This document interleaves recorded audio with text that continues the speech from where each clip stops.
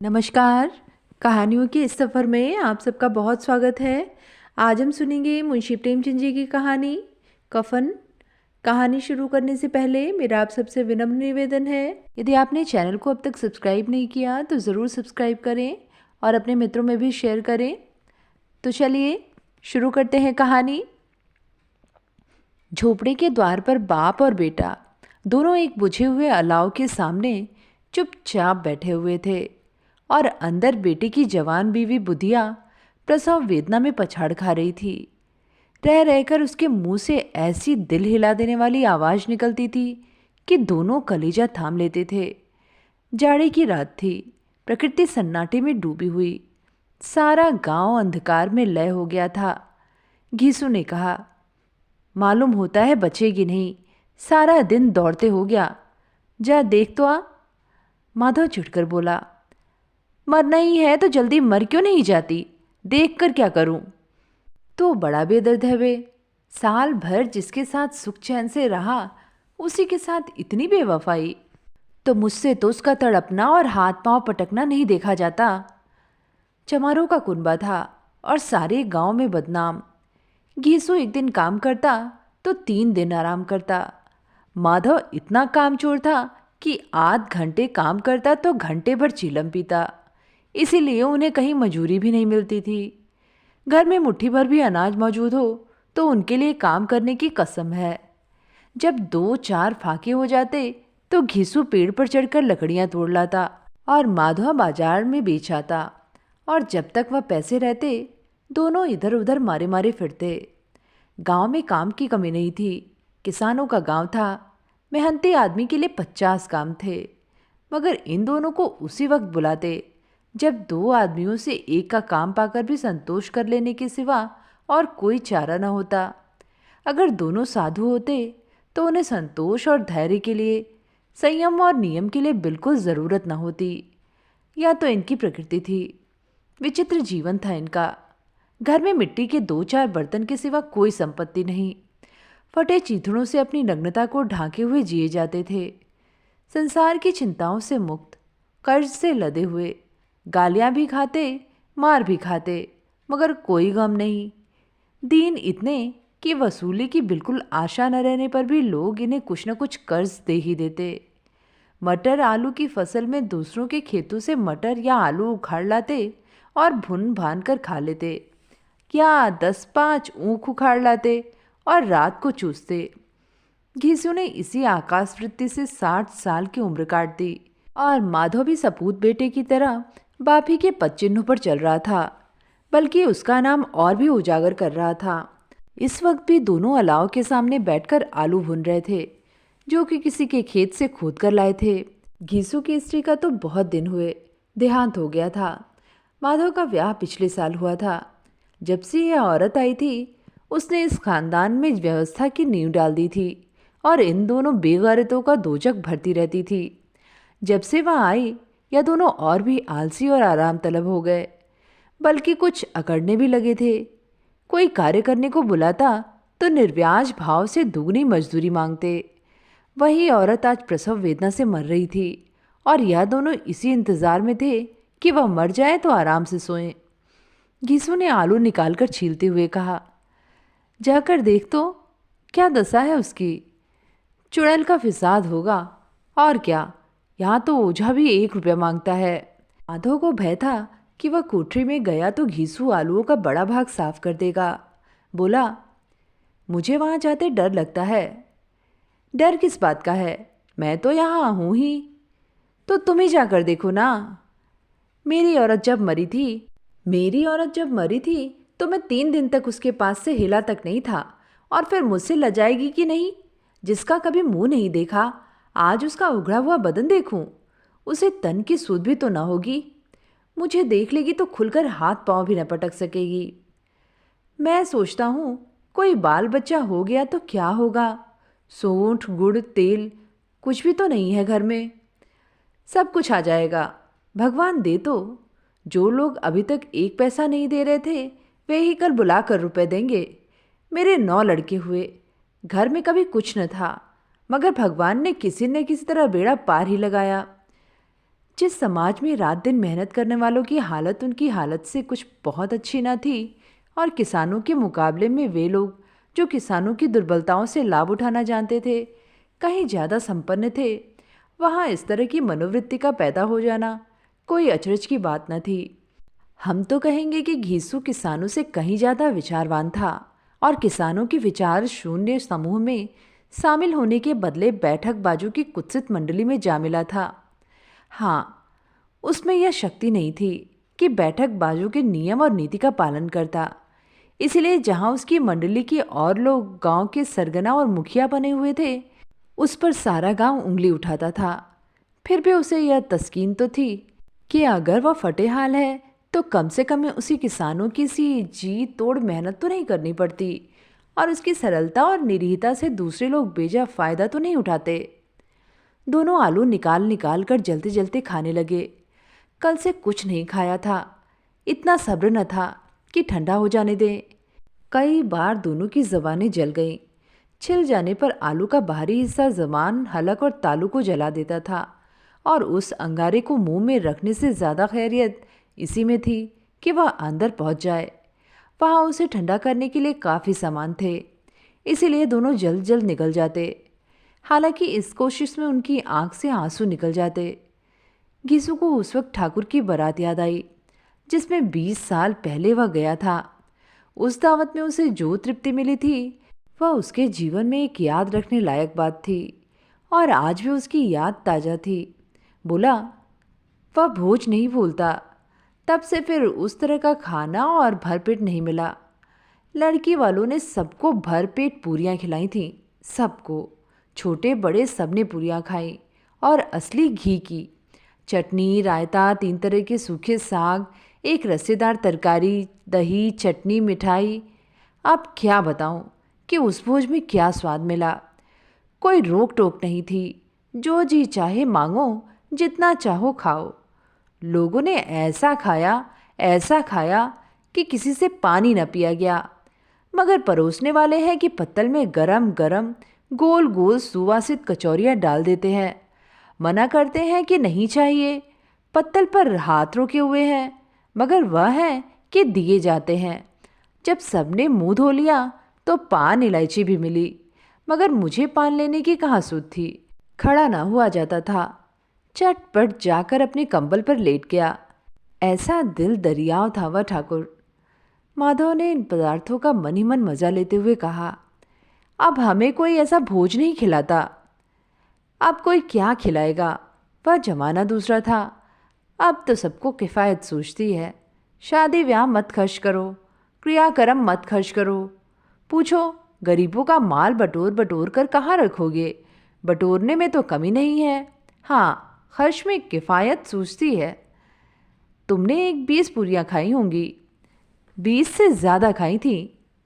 मैं 50 खा जाता। 50 से कम मैंने न खाई होंगी। अच्छा पका था तो मेरा आधा भी नहीं है। आलू खाकर दोनों ने पानी पिया और वहीं अलाव के सामने अपनी धोतियां ओढ़कर पाँव पेट में डाले सो रहे, जैसे तो बड़े बड़े अजगर गेंडुलियां मारे पड़े हों, और बुधिया अभी तक करा रही थी। सवेरे माधव ने कोठरी में जाकर देखा तो उसकी स्त्री ठंडी हो गई थी। उसके मुंह पर मक्खियां भिनक रही थीं। पथराई हुई आंखें ऊपर टंगी हुई थीं। सारी देह धूल से लथपथ हो रही थी। उसके पेट में बच्चा मर गया था। माधव भागा हुआ घीसू के पास आया। फिर दोनों जोर जोर से हाय हाय करने और छाती पीटने लगे। पड़ोस वालों ने यह रोना धोना सुना तो दौड़े हुए आए और पुरानी मर्यादा के अनुसार इन अभागों को समझाने लगे, मगर ज़्यादा रोने पीटने का अवसर न था। कफन की और लकड़ी की फिक्र करनी थी। घर में तो पैसा इस तरह गायब था जैसे चील के घोंसले में मांस। बाप बेटे रोते हुए गांव के जमींदार के पास गए। वह इन दोनों की सूरत से नफरत करते थे। कई बार इन्हें अपने हाथों से पीट चुके थे, चोरी करने के लिए, वादे पर काम पर ना आने के लिए। पूछा, क्या है बे घिसुआ, रोता क्यों है? अब तो तू कहीं दिखलाई भी नहीं देता। मालूम होता है इस गांव में रहना नहीं चाहता।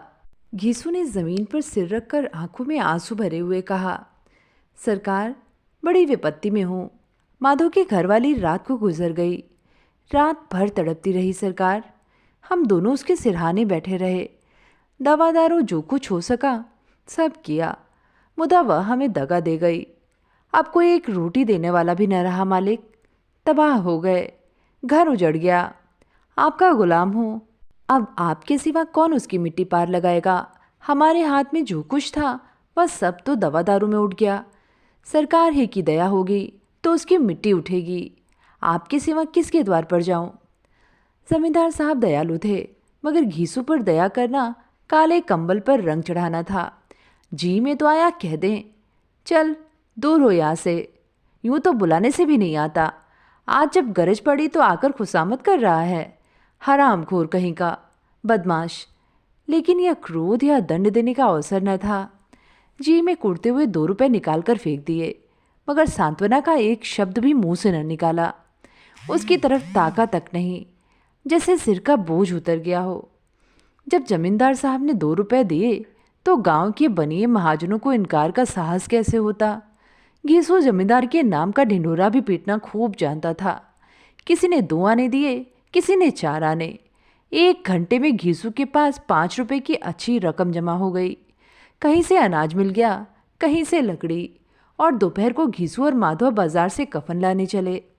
इधर लोग बांस वांस काटने लगे। गांव की नर्मदिल स्त्रियां आकर लाश देखती और उसकी बेकसी पर 2 बूंद आंसू गिराकर चली जाती थीं। बाजार में पहुंचकर घीसू बोला, लकड़ी तो उसे जलाने भर को मिल गई है। क्यों माधव? माधव बोला, हाँ लकड़ी तो बहुत है, अब कफन चाहिए। तो चलो कोई हल्का सा कफन ले लें। हाँ और क्या, लाश उड़ते उड़ते रात हो जाएगी। रात को कफन कौन देखता है। कैसा बुरा रिवाज है कि जिसे जीते जी तन ढांकने को चीथड़ा भी ना मिले, उसे मरने पर नया कफन चाहिए। कफन लाश के साथ जल ही तो जाता है, और क्या रखा रहता है। यही 5 रुपए पहले मिलते तो कुछ दवा दारू कर लेते। दोनों एक दूसरे के मन की बात ताड़ रहे थे।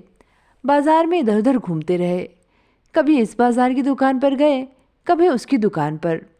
तरह तरह के कपड़े, रेशमी और सूती देखे, मगर कुछ जचा नहीं। यहाँ तक कि शाम हो गई। तब दोनों न जाने किस दैवीय प्रेरणा से एक मधुशाला के सामने जा पहुँचे और जैसे किसी पूर्व निश्चित व्यवस्था से अंदर चले गए। वहाँ जरा देर तक दोनों असमंजस में खड़े रहे। फिर घीसू ने गद्दी के सामने जाकर कहा, साहू जी एक बोतल हमें भी देना। इसके बाद कुछ चिखौना आया, तली हुई मछली आई और दोनों बरामदे में बैठकर शांतिपूर्वक पीने लगे। कई कुज्जियाँ ताबड़तोड़ पी जाने के बाद दोनों सरूर में आ गए। घीसू बोला, कफन लगाने से क्या मिलता, आखिर जल ही तो जाता, कुछ बहू के साथ तो न जाता। माधव आसमान की तरफ देखकर बोला, मानो देवताओं को अपनी निष्पापता का साक्षी बना रहा हो। दुनिया का दस्तूर है, नहीं लोग बामनों को हजारों रुपए क्यों दे देते हैं। कौन देखता है परलोक में मिलता है या नहीं। बड़े आदमियों के पास धन है, फूकें, हमारे पास फूकने को क्या है। लेकिन लोगों को क्या जवाब दोगे। लोग पूछेंगे नहीं कफन कहाँ है। घीसू हंसा, अबे कह देंगे रुपए कमर से खिसक गए, बहुत ढूंढा मिले नहीं। लोगों को विश्वास ना आएगा, लेकिन फिर वही रुपए देंगे। माधव भी हंसा, इस अनपेक्षित सौभाग्य पर बोला, बड़ी अच्छी थी बेचारी, मरी तो खूब खिला पिला कर। आधी बोतल से ज़्यादा उड़ गई। घीसू ने 2 सेर पूड़ियाँ मंगाई, चटनी, अचार, कलेजियाँ। शराब खाने के सामने ही दुकान थी। माधव लपक कर 2 पतलों में सारे सामान ले आया। पूरा 1.5 रुपया खर्च हो गया। सिर्फ थोड़े से पैसे बच रहे। दोनों इस वक्त इस शान में बैठे पूरियां खा रहे थे जैसे जंगल में कोई शेर अपना शिकार उड़ा रहा हो। न जवाबदेही का खौफ था, न बदनामी की फिक्र। इन भावनाओं को उन्होंने बहुत पहले ही जीत लिया था। घीसू दार्शनिक भाव से बोला, हमारी आत्मा प्रसन्न हो रही है तो क्या उसे पुण्य न होगा। माधव ने श्रद्धा से सिर झुकाकर तस्दीक की, जरूर से जरूर होगा। भगवान तुम अंतर्यामी हो, उसे बैकुंठ ले जाना। हम दोनों हृदय से आशीर्वाद दे रहे हैं। आज जो भोजन मिला है वह कभी उम्र भर न मिला था। एक क्षण के बाद माधव के मन में एक शंका जागी। बोला, क्यों दादा, हम लोग भी एक न एक दिन वहाँ जाएंगे ही। घीसू ने इस भोले भाले सवाल का कुछ उत्तर न दिया। वह परलोक की बातें सोचकर इस आनंद में बाधा न डालना चाहता था। जो वहाँ वह हम लोगों से पूछे कि तुमने हमें कफन क्यों नहीं दिया, तो क्या कहोगे? कहेंगे तुम्हारा सिर। पूछेगी तो ज़रूर। तो कैसे जानता है कि उसे कफन न मिलेगा? तो मुझे ऐसा गधा समझता है? 60 साल क्या दुनिया में घास खोदता रहा हूँ।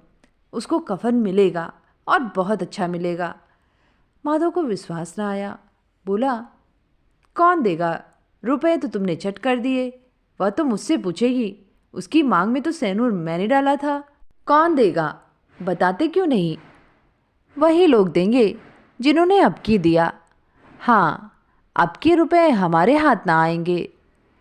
जो जो अंधेरा बढ़ता था और सितारों की चमक तेज होती थी, मधुशाला की रौनक भी बढ़ती जाती थी। कोई गाता था, कोई डींग मारता था, कोई अपने संगी के गले लिपटा जाता था, कोई अपने दोस्त के मुंह में कूल्हड़ लगा देता था। वहाँ के वातावरण में सुरूर था, हवा में नशा। कितने तो यहाँ आकर एक चुल्लू में मस्त हो जाते थे। शराब से ज़्यादा यहाँ की हवा उन पर नशा करती थी। जीवन की बाधाएं यहाँ खींच लाती थीं और कुछ देर के लिए यह भूल जाते थे कि ये जीते हैं या मरते हैं, या न जीते हैं न मरते हैं। और यह दोनों बाप बेटे अब भी मज़े ले लेकर चुस्कियाँ ले रहे थे। सबकी निगाहें इनकी ओर जमी हुई थीं। दोनों कितने भाग्य के बली हैं। पूरी बोतल बीच में है। भरपेट खाकर माधव ने बची हुई पूरियों का पत्तल उठाकर एक भिखारी को दे दिया, जो खड़ा उनकी ओर भूखी आंखों से देख रहा था और देने के गौरव, आनंद और उल्लास का अपने जीवन में पहली बार अनुभव कर रहा था। घीसू ने कहा, ले जा, खूब खा और आशीर्वाद दे। जिसकी कमाई है वह तो मर गई, मगर तेरा आशीर्वाद उसे ज़रूर पहुँचेगा। रोए रोए से आशीर्वाद दो। बड़ी गाढ़ी कमाई के पैसे हैं। माधव ने फिर आसमान की तरफ देखकर कहा, वह बैकुंठ में जाएगी दादा, बैकुंठ की रानी बनेगी। घीसू खड़ा हो गया और जैसे उल्लास की लहरों में तैरता हुआ बोला, हाँ बेटा, बैकुंठ में जाएगी। किसी को सताया नहीं, किसी को दबाया नहीं। मरते मरते हमारी जिंदगी की सबसे बड़ी लालसा पूरी कर गई। वह न बैकुंठ जाएगी तो क्या ये मोटे मोटे लोग जाएंगे, जो गरीबों को दोनों हाथों से लूटते हैं और अपने पाप को धोने के लिए गंगा में नहाते हैं और मंदिरों में जल चढ़ाते हैं। श्रद्धालुओं का यह रंग तुरंत ही बदल गया। अस्थिरता नशे की खासियत है। दुख और निराशा का दौरा हुआ। माधव बोला, मगर दादा, बेचारी ने जिंदगी में बड़ा दुख भोगा। कितना दुख झेल कर मरी। वह आंखों पर हाथ रखकर रोने लगा, चीखें मार मार कर। घीसू ने समझाया, क्यों रोता है बेटा? खुश हो कि वह माया जाल से मुक्त हो गई, जंजाल से छूट गई। बड़ी भाग्यवान थी जो इतनी जल्द माया मोह के बंधन तोड़ दिए। और दोनों खड़े होकर गाने लगे, ठगनी क्यों नैना झमकाए, ठगनी क्यों नैना झमकाए। पियकड़ों की आंखें इनकी ओर लगी हुई थीं और यह दोनों अपने दिल में मस्त गाए जाते थे। फिर दोनों नाचने लगे, उछले भी, कूदे भी, गिरे भी, मटके भी, भाव भी बनाए, अभिनय भी किए और आखिर नशे में मस्त होकर वहीं गिर पड़े। तो ये थी कहानी कफन। कहानी आप सबको कैसी लगी नीचे कमेंट में लिख के ज़रूर बताइएगा। फिर मिलेंगे एक नई कहानी के साथ। धन्यवाद।